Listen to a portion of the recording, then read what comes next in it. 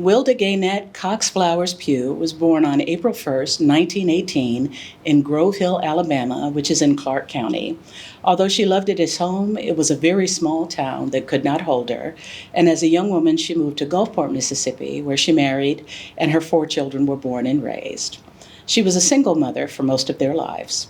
My grandmother was a determined, can-do woman with a strong personality. She never felt like she was better than her fellow human being, but she always felt better than her circumstances, and sewing was part of rising above for her.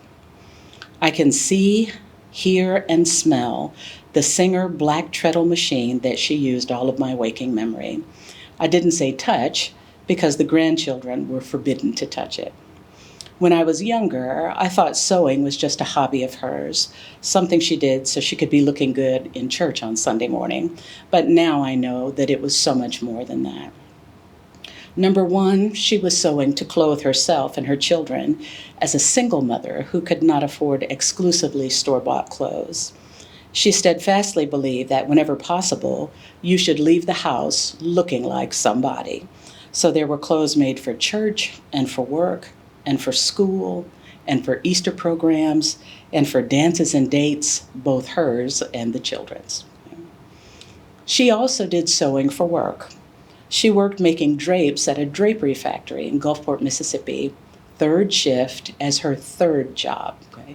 She routinely held 3 jobs. She did day work, which is sort of fancy way to say that she was a housekeeper during the day. She also sold insurance on the weekends, and third shift she worked sewing draperies in a drapery factory. She also sewed to express her art and her skill. I've mentioned before that she sewed for church, and I don't think it's an exaggeration to say that every Sunday she had on something new, right?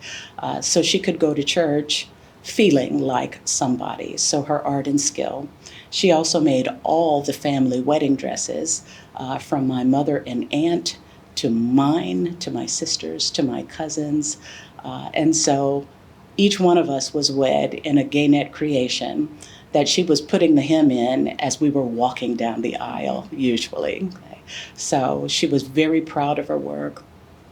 She used it as a way to express her style, her creativity, but she also sewed kind of as an act of resistance. Okay? When she was in Gulfport in the 1940s, 50s, 60s, and 70s, blacks weren't really welcome in the major department stores.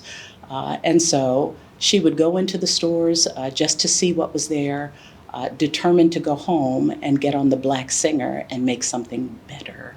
So when she made what was better than what was available, what was more stylish than what was available, what was more apt to fit her generous figure than was in the department store, she was really sewing as an act of resistance as well.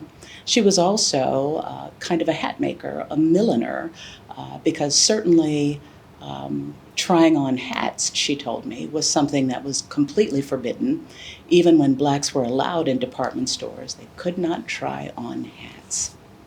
Something really deep in hair, okay? In hair and in the politics of hair and in the self-esteem of hair and in the fear of hair that's different than our own hair. And so my grandmother sewed.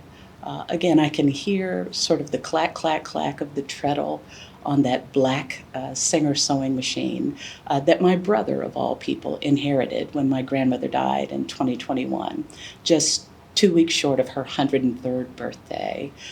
My brother is also a crafter like my grandmother was.